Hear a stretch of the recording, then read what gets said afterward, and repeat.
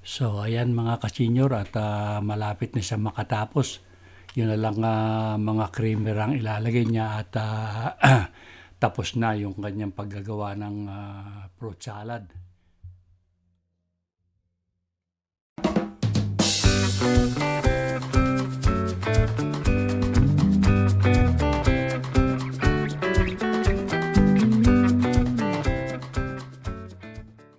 Hello mga ka-senior.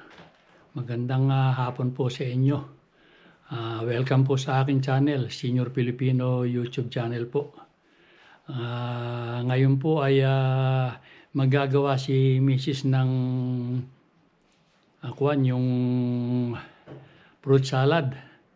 At ipapakita po namin sa inyo yung kanyang paggawa sa kanyang sariling style na fruit salad. Sige po mga ka-senior at samahan na lang ninyo kami sa paggawa ng kanyang salad. Ito yung mga ingredient ni Mrs. sa kanyang gagawing fruit salad, mga ka-senior. Ayan, kompleto na ng kanyan. May mga sariwang prutas siyang isasama. Gaya na nga nitong ubas at saka itong mansanas. So, inuumpisa na nga niya yung paggawa ng kanyang fruit salad. At ito naman paghahalo-haloin lang niya. Kaya lang inaalis niya yung mga sabaw o yung juice ng mga ingredient na nakalata. Inuna nga niya itong ito, ano ba tawag dito? Palm seed at Toripam. Kaya kasi ito mga ka-senior, itong Heavy syrup yan. in heavy syrup ito, kaya matagal-tagal din patitik-tikin yung matamis, yung ang syrup niya. Ano syrup nito?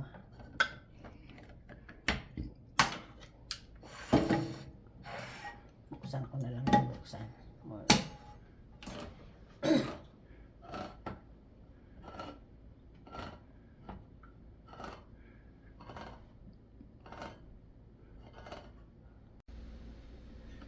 So ayan mga ka-senior at tutulungan ko na rin si Mrs. ng pagbubukas nitong mga nakalata niyang ilalahok doon sa kanyang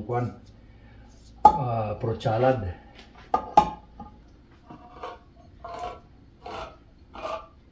Unahin ko muna itong fruit cocktail.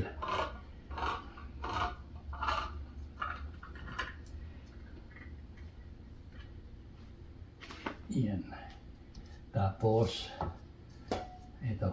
Dalawang klase yung kanyang fruit cocktail, mga ka-senior. Isang Del Monte, tsaka isang yung nabibili sa superstore na no name.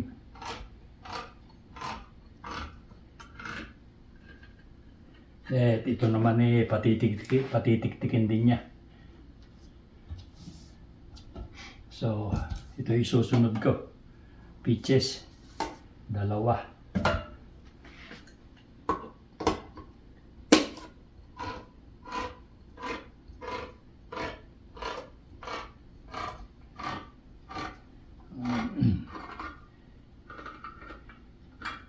Masyadong ko na ngayon ang paggawa ng fruit salad, mga ka-senior, medyo mahal na rin. At dahil nga tumaas lahat ng bilihin.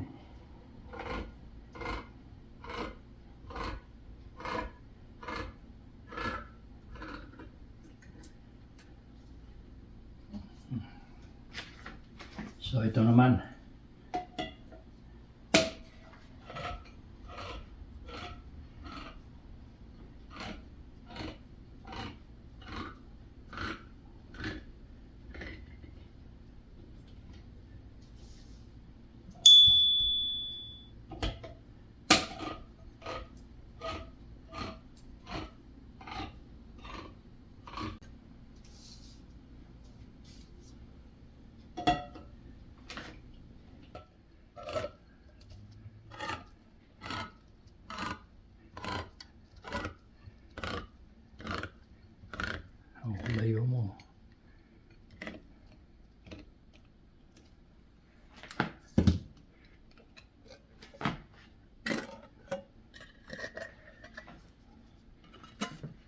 So ayan mga ka-senior.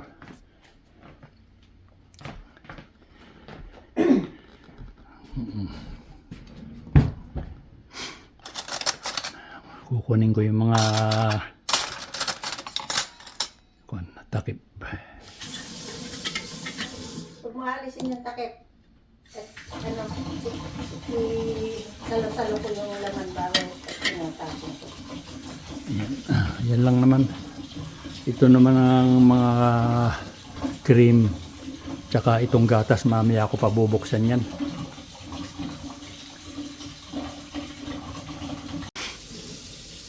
So ayan mga ka-senior, natapos ko nang buksan yung lahat ng dilata na kanyang isasama sa fruit salad.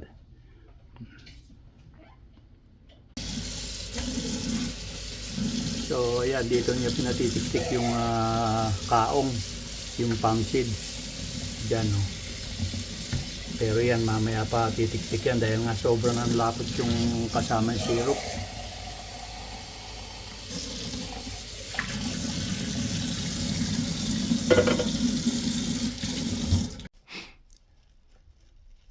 Ayan mga ka-senior, napatiktik na niya yung yung kaong o yung palm seed at saka itong pinya.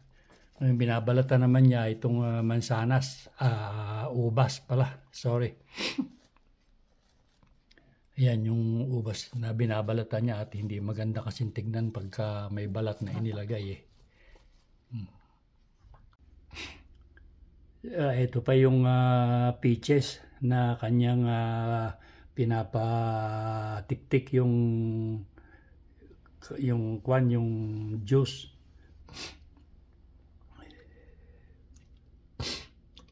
Ayun naman yung pinya na hiniwanan niya yung iba. Yung iba naman nando dun sa kaong na kanyang nilalagyan ng ubas.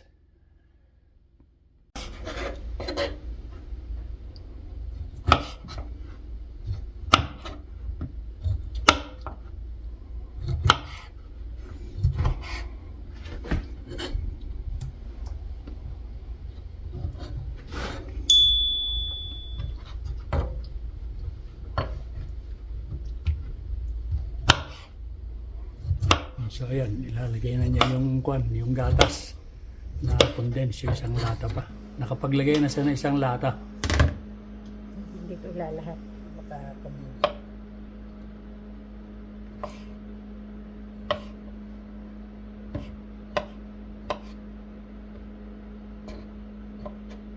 lalagay ko na yung mga creamer.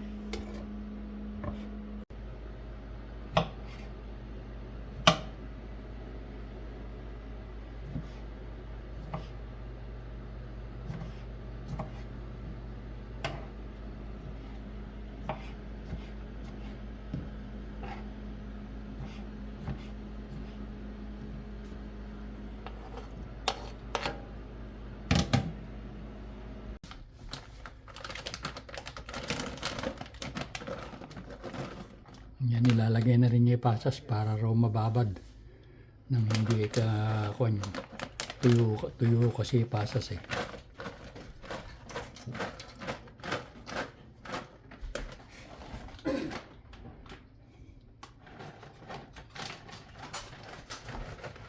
Bali dalawang yung ginagawa niya.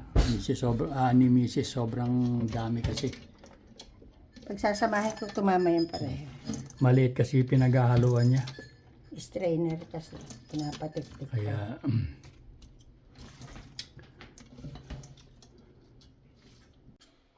so pati itong mansanas, mga kasinyo, binabalatan din.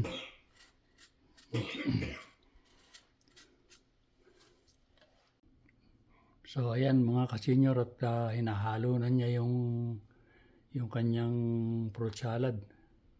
Nilalagyan na ng cheese. At ito pa yung ilalagay niya, ang mga cream. Para pag ginalo, sabay-sabay na. Yung gatas, hindi pa niya nailalagay pa lang niya isang gatas. na condensed milk. Lalagyan ko pa yan.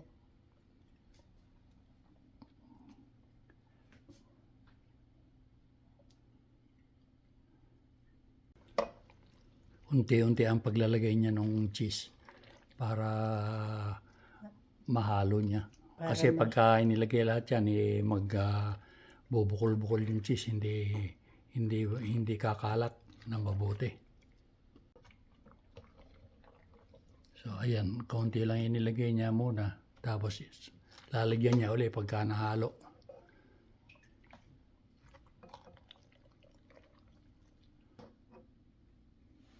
Lagyan ko ulit.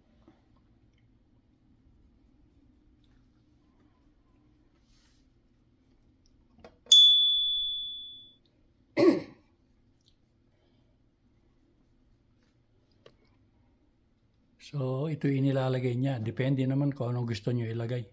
Kung anong available na keso.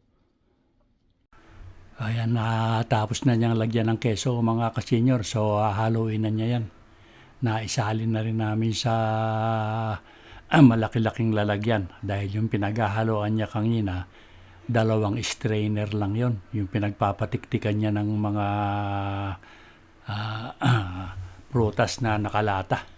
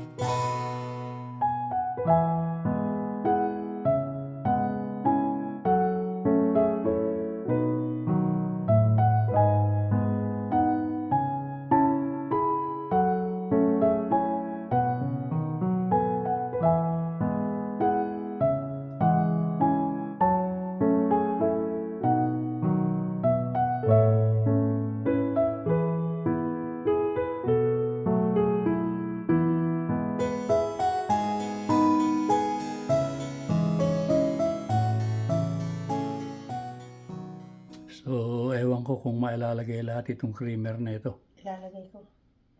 Dami nito eh. Iba-ibang klase naman yan.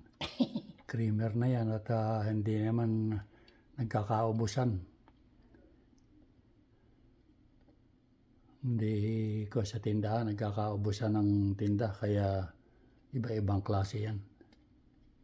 Yan nga't parang hindi pa na-shake na mabuti yung kwan. Kasi kailangan sinishake na mabuti at pumapailalim yung kwan, yung malapot, yung cream.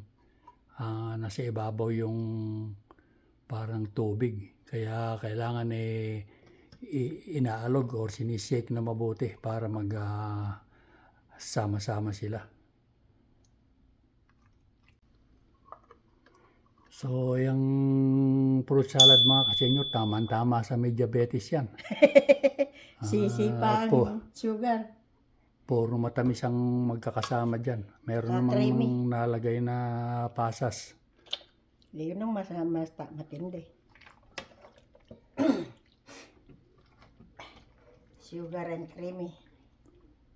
Kaya ako kung kumain yan mga kasenyor, konti-konti lang. At pagka nadami yung kinain, talagang sumisipa yung glucose.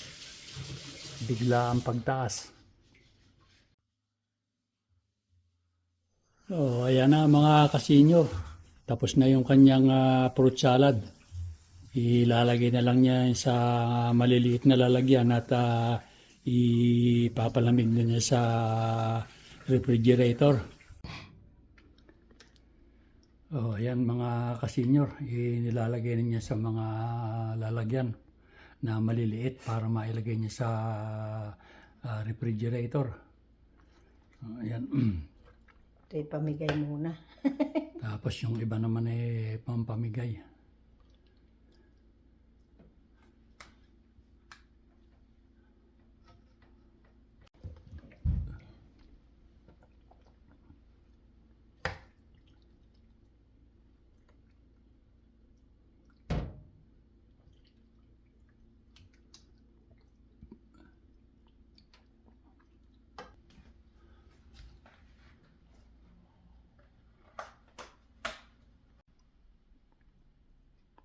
Ayan na mga kasenyor, yung natapos na fruit salad ni Mrs. na isali na niya sa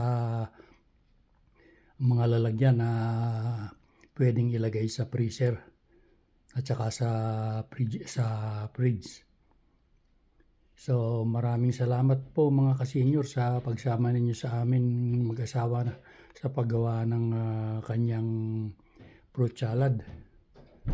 Sige po, babay na.